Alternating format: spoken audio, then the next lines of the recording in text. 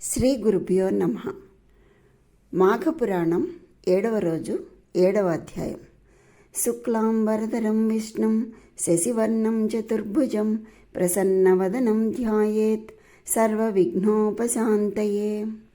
ఈ అధ్యాయంలో మనకి ఏం తెలియచేస్తున్నారంటే లోభికి కలిగినటువంటి మాఘ స్నాన ఫలాన్ని తెలియచేస్తున్నారు. పూర్వకాలమున ఆంధ్రదేశమున సుమందుడు అను శూద్రుడు ఒకడుండెను. అతడు అమితమగు ధనమును ధాన్యమును కలిగి ఉన్నాడు. నిత్యము వ్యవసాయం చేస్తూ క్రూరమైన వడ్డీ వ్యాపారము చేస్తూ అపకారపు బుద్ధి కలిగి గోవులను, గేదెలను, గుర్రములను, మేకలను, గొర్రెలను, ఒంటెలను కొంటూ అమ్ముచు మితిలేని ధనమును సంపాదించెను. అట్టి వానికి సర్వభూతములయందు దయగల కుముద అను భార్య గలదు. సుమందుడు దుర్మార్గుడు, నాస్తికుడు, దేవతా విముఖుడు, అసత్యవాది, పాపాత్ముడు, నిర్దయుడు అయి ఉండెను. అతడు అతి కష్టపడి సంపాదించిన ధనమంతా తాను తినక ఎవరికినీ పెట్టక భూమి యందు పాతిపెట్టాడు. కొంతకాలమునకు విధివశమున శుచివ్రతుడు అను ఒక మునిపుంగవుడు మాఘమాసమున రాత్రికాలమున ఆ సుమందుని ఇంటికి వచ్చెను. ఆ ముని మార్గాయాసము చేత వర్షబాధ చేత బాధను పొంది చలికి వణికిపోతూ మాట్లాడలేక ఆ సుమందుని భార్యను నివాసముకై ఇట్లు ప్రార్థించెను. కళ్యాణి, నేను బ్రాహ్మణుడను. మార్గమున వర్షము వలన మిక్కిలి బాధపడితిని. ఆకాశము మేఘములతో నిండి వర్షమును సూచిస్తున్నది. చీకటి అలముకొని ఉన్నది. మీ గృహము బాగుగా ఉన్నది కనుక ఈ చలికి వర్షమునకు మీ గృహమందు ఉండి బాధ లేకుండా నిద్రించి ఉదయమున వెళ్ళిపోతాను. కనుక మీ ఇంట్లో నాకు నివాసమును ఇమ్ము అని పలికెను. ఆ విప్రుని మాటలకు సుమందుని భార్య కుముద దయగలదై, బ్రాహ్మణోత్తమ, మా ఇంటిలోనికి వచ్చి నీ బాధ నివృత్తి గావించుకొని సుఖించుము అని చెప్పి గోవులను కట్టు స్థానమును శుభ్రపరిచి, అంటే గోశాలను శుభ్రపరిచి అలికి ముగ్గు పెట్టి ఒక కంబళమును పరిచి ఆ బ్రాహ్మణుని కూర్చోమని చెప్పింది. ఆ శుచివ్రతుడు అనే మునిపుంగవుడు లోపలికి వెళ్ళి ఆ కంబళమున కూర్చుని ఉన్నాడు. శీతవాత బాధ నివారణకై కుముద మరి ఒక కంబళమును కప్పుకొంటకు ఇచ్చి అగ్నిని ప్రజ్వలింపచేసి ముని ముందరను ఉంచెను. ఆవు పాలు పితికి కాచి ఆకలి తీర్చుకొనుటకు ఆ విప్రునకు ఇచ్చెను. ఈ విధంగా మాఘమాసమున కుముద విప్రునకు సేవ చేసింది. ఆ సమయమున భర్త గ్రామమునందు లేడు. భర్త తిరిగి ఇంటికి వచ్చిన ఇట్టి సజ్జన సేవను చేయనివ్వడని విప్రుని సేవించి కుముద మిక్కిలి సంతోషమును పొంది ఉండెను. విప్రుడును సంతోషించి ఆ రాత్రి నిద్రించి మార్గాయాసమును పోగొట్టుకొని అపరాత్రి యందు శ్రీహరినామ సంకీర్తన చేయుచూ ఉండెను. కుముద నిద్ర నుండి లేచి ఆ విప్రుని చూచి సంతోషించి, విప్రోత్తమ, తామెచటి నుండి వచ్చుచుండిరి, ఎచటికి వెడుతున్నారు, దయ ఉంచి చెప్పవేడెదను అని అడిగింది. విప్రుడు ఈ విధంగా చెప్తున్నాడు. కాంత, నేనిప్పుడు తుంగభద్రా నదీ తీరం నుండి వస్తున్నాను. శ్రీరంగమును చూసే కోరికతో వెడుతున్నాను. మాఘమాసమున తీర్థసేవలను చేయు కోరికతో వచ్చి ఉన్నాను. అందువలన విష్ణులోక ప్రాప్తి కలుగును అని పలికిన ముని మాటలు విని కుముద తిరిగి విప్రునితో, ఆర్య, మాఘఫలమేమి? తీర్థసేవ అనగానేమి? ఏమి ఫలము కలదు? దేనిచేత పాపములు నశించును? శ్రీహరి దేని వలన సంతుష్టుడగును? సెలవిండు అని ప్రార్థించెను. శుచివ్రతుడు కుముదతో ఈ రీతిగా చెప్పెను. కళ్యాణి, మాఘఫలమును వినిన వాని పాపములు నశించి మోక్షము పొందును. 100 జన్మలలో సంపాదించిన పాపము సహితము నశించును. మాఘమాసమున సూర్యుడు మకర రాశి యందు ఉండగా ప్రాతకాలమున ఎవరు 1,000,000 జన్మల ఫలముచ్చు మాఘస్నానమును చేయునో వాని పాపములన్నీ నశించిపోవును. ఎవడు సూర్యోదయ కాలమున స్నానము చేసి రంగురంగుల పుష్పముల చేతను, పరిమళయుక్తమగు పువ్వుల చేతను, లేత తులసి దళముల చేతను మాఘమాసాది దేవతయగు శ్రీహరిని పూజించి మాఘమాస ప్రతిపాదకమైన శ్రీహరి ధర్మ కథలను వింటూ యథాశక్తిగా దానములను ఇచ్చెదరో వారికి కలుగు ఫలము అంతయు పురుషులు గాని స్త్రీలు గాని విజ్ఞానము చేత గాని అజ్ఞానము చేత గాని చేసిన బ్రహ్మహత్యాది మహాపాతకములన్నీ క్షణములో నివారణమగును.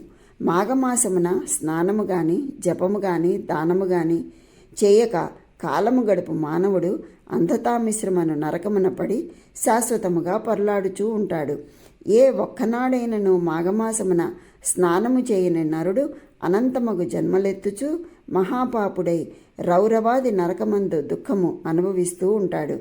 దీనితో సమానమైన ఫలము ఇచ్చు మాసము లేదు.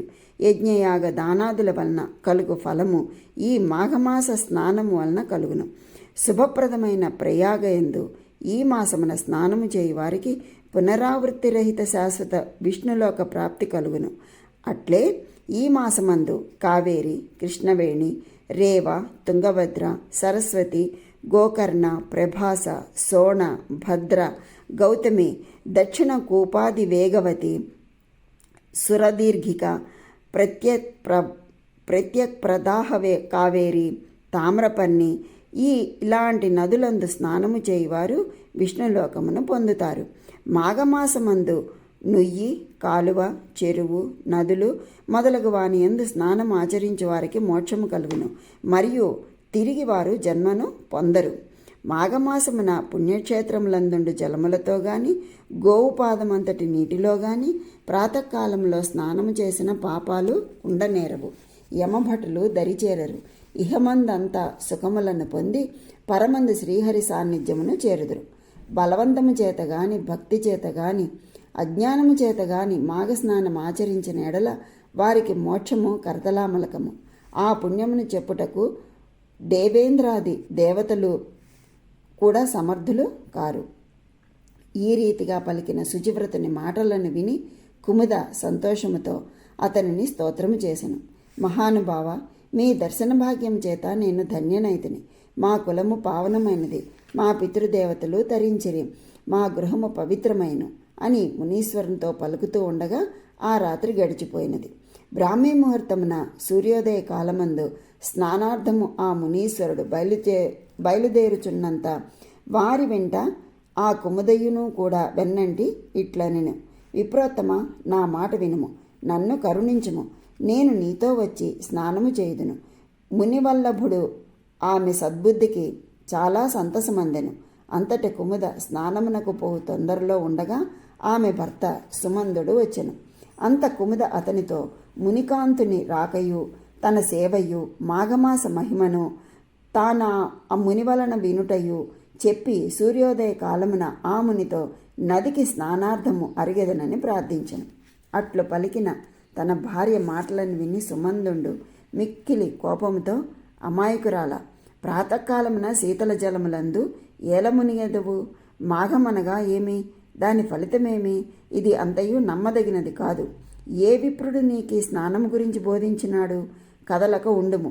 అట్లు కాదేని నిన్ను ఇప్పుడు ఈ గదాదండము చేత దండిందును అని పలికిన భర్త మాటలను విని కుముద మనోవ్యాకులత చెంది మాఘస్నానము ఎందు ఆసక్తి కలదై ఆ మునివల్లభుని వెన్నంటి వేగముగా తటాకమునకు పోయి తొందరగా మాఘస్నానము ఆచరించెను.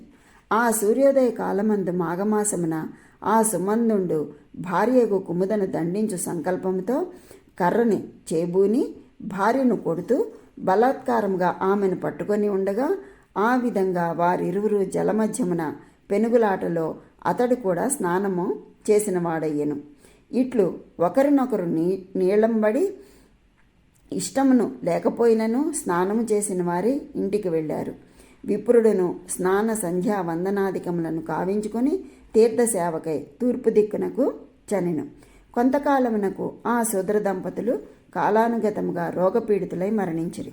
అంతటా క్రూరాకారులను వికృతవేషులు అయినటువంటి యమభటులు ఆ సుమందుని యమపాశము చేత బంధించిరి. వైకుంఠము నుండి విష్ణుదూతలు వచ్చి బంగారు ప్రాకారమును, మణిమయ రత్న మాణిక్యాద్యాలంకృతమును, స్వర్ణ పతాకములతో నిండిన దివ్య విమానమును తెచ్చి అందు ఆమెను కూర్చుండబెట్టిరి. ఇట్లు యమభటులు సుమందుని, విష్ణుదూతలు కుముదను తమ లోకములకు తీసుకుని పోతూ ఉండగా కుముద విష్ణుదూతలతో ఇట్లనెను: ఓ విష్ణుదూతలారా, నా మాట వినుడు. నా భర్త దుర్మార్గుడు, పాపం చేసినవాడు, సమస్త ధర్మములను నిందించిన వాడును అగును. అందువలన అతడు దుఃఖపూరితమైన యమలోకమునకు తీసుకొని పోబడుచున్నాడు. అతని భార్య నగుట వలన తత్సంసర్గ దోషము నాకును కలదు. నా భర్త వలన భయము చేత నేను కూడా పుణ్యమును చేసి ఉండలేదు. అట్టి దానికి నాకు పుణ్యలోకమెట్లు కలిగినదని అడుగగా విష్ణుదూతలు ఈ విధంగా చెప్పసాగిరి. అమ్మ, నీవు విప్రుని సద్బోధ వలన మాఘస్నానం ఆచరించితివి. అది సకల పాపములను పోగొట్టినది కాన ఆ పుణ్య విశేషం వలన నీకు ముక్తి కలిగినది అని వారు చెప్పగా కుముద మరలా వారిని ఈ విధంగా ప్రశ్నించెను. విష్ణుదూతలారా, నా భర్త కూడా నన్ను లాగుకొని పోవుటకై నీటంబడి ప్రవేశించి నన్ను ఆకర్షించుటలో బలవంతమైన స్నానము చేసిన వాడయ్యను కదా. ఆ మాఘస్నాన ఫలితము అతనికి లేదా ఏమి అని అడిగాను. విష్ణుదూతలను యమదూతలు కూడా పాపములను పుణ్యములను వివరముగా వ్రాయు చిత్రగుప్తుని అడిగిరి. అతడు స్నానార్థమై భార్య కొరకు బలాత్కారముగా సంభవించిన పుణ్యమాతని లెక్కయందుండుట చూసి సుమందునికి కూడా స్నాన ఫలితము కలదని నిశ్చయించెను. ఇతనికి పాపము లేదు, పుణ్యము కలదు. కాన యమదూతలారా, మీరు ఇతన్ని వదిలి తొలగిపొండు అని పలికిరి. చిత్రగుప్తుని ఆజ్ఞానుసారము యమభటుల సుమందుని వదిలి వెడలిపోయిరి. విష్ణుదూతలు అతనిని తమ దివ్య విమానం ఎక్కించుకుని వైకుంఠమునకు గొంపోయిరి. అక్కడ సుమందుడును కుముదయు సుఖముగా ఉండిరి. కనుక ఓ పార్వతి, వింటివా? సత్సాంగత్యము చేత సుమందుడును కుముదయు మాఘస్నానం ఆచరించి తత్ఫలితం వలన వారు పుణ్యలోక ప్రాప్తిని పొందిరి మరియు పునరావృత్తిరహితమైన శాశ్వత పదవిని పొందిరి. సత్సాంగత్యము వలన మోక్షప్రాప్తియు, దుస్సాంగత్యము వలన నరకమును పొందుదురు. ఎల్లప్పుడూ సాంగత్యమే వర్జింపవలెను అథవా సత్సాంగత్యము చేయవలను, దుస్సాంగత్యమును వదలవలను. ఈ విధముగా సత్సాంగత్యము వలన మాఘఫలము మానవులకు లభించినది. అలాగే సదా సిద్ధించుగాక. ఇతరమైన ప్రసక్తి వలన ప్రయోజనము లేదు. కనుక ఎన్ని పనులున్నను శ్రద్ధతో మాఘస్నానము ఆచరించవలను. స్నానము దానము చేయక మాఘమాసమును గడుపువారు అనేక నరకములను అనుభవించి రాక్షసుడై భూలోకమున జన్మిస్తున్నాడు. నది యందు మాఘమున స్నానము చేసినవాడు పాపముల నుండి ముక్తుడై 1000 అగ్నిష్టోమ క్రతువులను, 100 వాజపేయ క్రతువులను, 1000 అతరాత్ర యజ్ఞములు, ఇతరమైన సమస్త యాగములను చేసినందువలన కలిగే ఫలితము కంటే అధికమగు ఫలమును పొందును.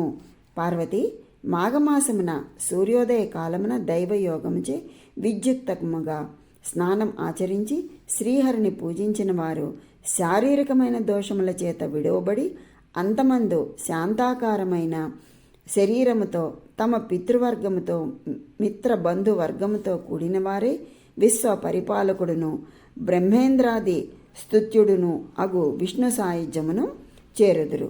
ఇది స్కాంద పురాణాంతర్గతమగు మాఘపురాణమున 7వ అధ్యాయం సంపూర్ణం. కనుక ఆ విష్ణువు యొక్క అనుగ్రహం అందరికీ కలగాలని కోరుకుంటూ స్వస్తి.